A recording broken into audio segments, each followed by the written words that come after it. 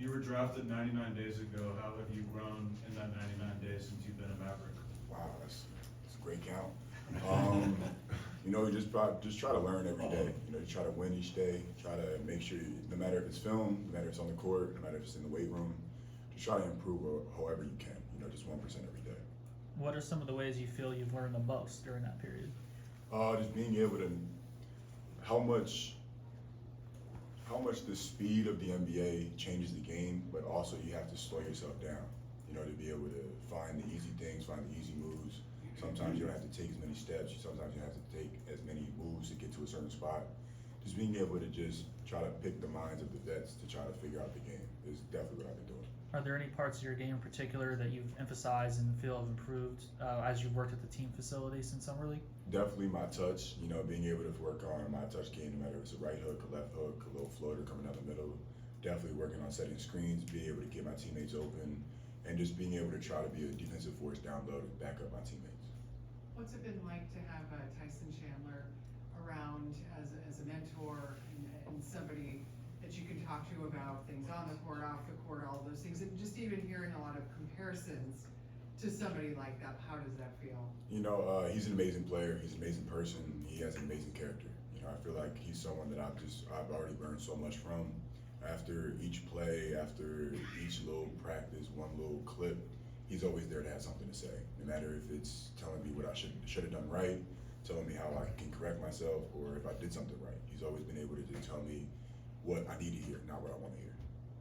Dereck, from all indications, you got a shot to be the opening day starter at center. What would that mean to you if that happens? It's something I dream about, but what I'm trying to do is try to win every day so I can earn that spot. It's not something I think I'm going to be guaranteed. It's something I have to earn. Your teammates and Luka all been talking about the chemistry you two have and with the pick and rolls and the alley-oops. Could you talk about how quickly you got that chemistry with Luka, or what's it like playing and knowing what he wants? It was the first day he came back. I think we started to play a little bit of 5-on-5, and from then on, I've been on his team. Seems like he likes what I do because I make his job easier and he makes my job easier. So I know I'm gonna try to get him open as best as possible, and if he's going down the lane, I know if I'm 2 or 3 steps to the side that people are gonna have to step to me for the lob threat, so it's gonna give Luka open lane. So Follow up, Dwight was saying that part of Luka's game is deception, and you gotta be ready because what he's gonna trick the defense into doing is gonna be something opposite. Are you prepared for all that? Are you noticing it? Oh, I've already noticed it. There's been some passes where I've caught, and I'm like, there's no way I should have gotten this pass. Or there's no way the ball should be here. But just being able to know that I always got to have my mind ready, my eyes up, and my hands up, it just makes me a better player.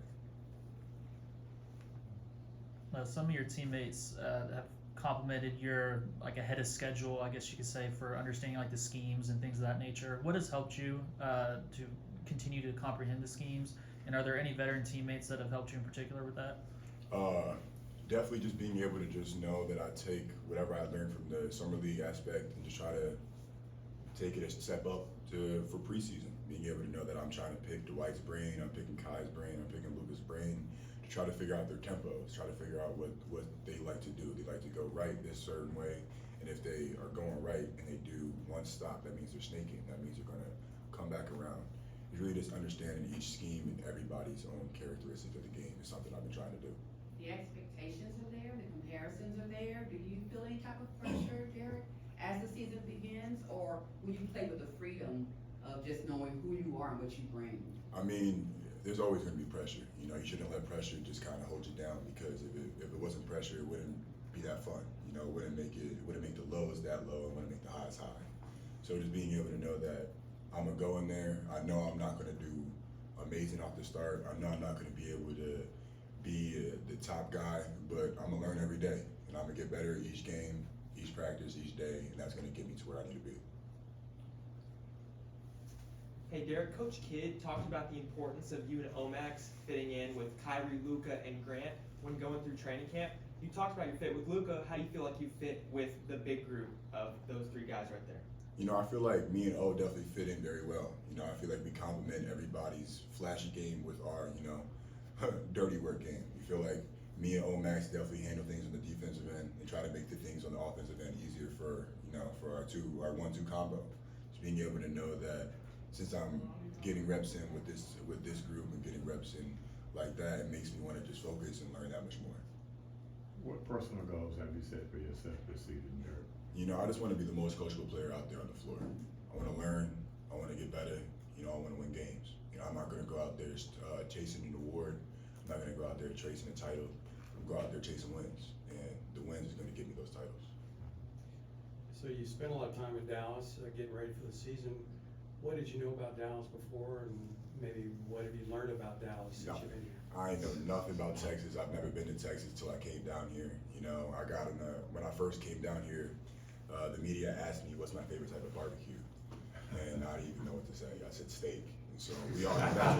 Yeah, so it took me a little bit to understand, the aspects of being a part of Texas, being a part of Dallas, and I love it. I love being a part of here. I love the heat, and I love the culture that's down here. You figured out the barbecue question? I haven't figured out. I've had some, but I'm still trying to open up my views. I've had some ribs, I've had some brisket, so I'm just trying to slowly open up my horizon. I have you. Need that. Could you talk about your footwork a little bit? I'm only bringing that up because sometimes rookies get into foul trouble, and I know you're probably gonna be aware of those things. Can you talk about your game and how, you're gonna probably be aware that refs may call fouls on rookies a lot? There's definitely going to be times where I'm going to walk straight up and my hands are probably going to be straight up and they're still going to call a foul. But they're still going to be able to just have that piece, the same under control, just know to just keep going. I got to get to the next play, no matter if that's moving my feet down low to slide over to help, or if I'm switching onto a guard and making sure I'm creating space, so make sure he's not getting into my body and I'm keeping them in front of me. So it just comes along with just a lot of repetition, a lot of patience and time. Outside of basketball, do you have any hobbies? I play a little bit of video games, but I just like to spend time with my family, making sure I'm calling them every day, making sure I'm talking to my friends and family, the people who've been with me throughout this entire road. I try to make sure that they're doing well, try to make sure I stay in contact, because it keeps me grounded. The people who knew me when I didn't have a name for myself are still around. It just makes it that much better. Have you traveled much around the world at all, or this is the first trip? This is the first trip, man. 14 hours is minimum 14-hour flight. It seems like a lot, but I'm gonna do it for we going to Abu Dhabi, so we'll just be quiet and sit down. You bring up a good point about reaching to your family. At 19, it's not just basketball you can be adjusting to, it's life after college, and will you have family members close by, or who's gonna maybe help you make that adjustment just in like everyday life? I have my small circle, the people who have my best interest in mind, my mother, my cousins, my aunts, my uncles, my agent, and even my close friends. There would be times where I ask them a question and they don't worry about what I want to hear. They tell me what I need to hear. Tell me if I'm doing is the right thing, is the wrong thing, or if I shouldn't be doing a specific thing. And that's why I keep my people around and try to make sure I have their back like they have mine. Hey Dereck, we all see the new ink, and we heard you talk about on a podcast the tattoos you got for your mom. Could you talk a little bit about what those are and what that means, and also just your overall relationship with your mom and how much she means to you? Got you. My mom's the reason I play basketball. She's the reason why I just keep going. I try to make sure I spoil her and give her the best life possible because she's been through hell and back. I have a tattoo right here for my mom. Life isn't measured by the breaths we take, but by the moments that take her breath away. That's always been our saying. That's always been like above our couch, above the campfire, above anything. It's always been around the house. And on my thigh that I have I have August 9th, 2022, and that's the day we got the call that she was cancer free. So I got that tatted on my knee, on my thigh. So anytime I put my hands on my knees, it makes me just stand back up because she's been through more pain than I could ever be in. But she's just like me. She's loud, lively for sure. What's the biggest advice that she's given you, ever since you were drafted to Summer League to now? She just always told me not to look too far ahead, not to look at not trying to look at next month when I try to get to tomorrow. Trying to be able to just win each day, try to be able to just make that 1% each day. It's kind of that's been our motto for a very long time. And if it's not broke, we ain't gonna fix it. So we're gonna keep going with our motto. We're gonna keep trying to keep our heads high. How old were you when she put you in basketball? Did you like it right away? Honestly, I hated basketball when I first played it. When I first stepped in, I thought it was my mom's sport. I wanted nothing to do with it. I used to swim. I really used to swim. I used to be an elementary schooler, some of high schoolers. And then around fourth grade, I'd say, I started to pick up a basketball because I was just playing with my friends. Since I was so tall, nobody wanted me to play with them because it was just unfair. So just as this story kind of went on, it just seemed like basketball just kind of gravitated towards me more and more. And now, look where we at. So I think basketball definitely was the right choice. How old were you when you first started liking basketball? I'd probably say middle school. You know, probably around 6th or 7th grade. That's whenever I figured out that I could potentially do something with this if I stay to it. You know how tall you were at that time? I came out of elementary school like 6 foot, so probably like 6'4", around there, 6'4", 6'5". Wow. So I'd say I was always tall. You say you're loud, so has it ever been a challenge on the court? Because of your position, you have to be such a vocal guy.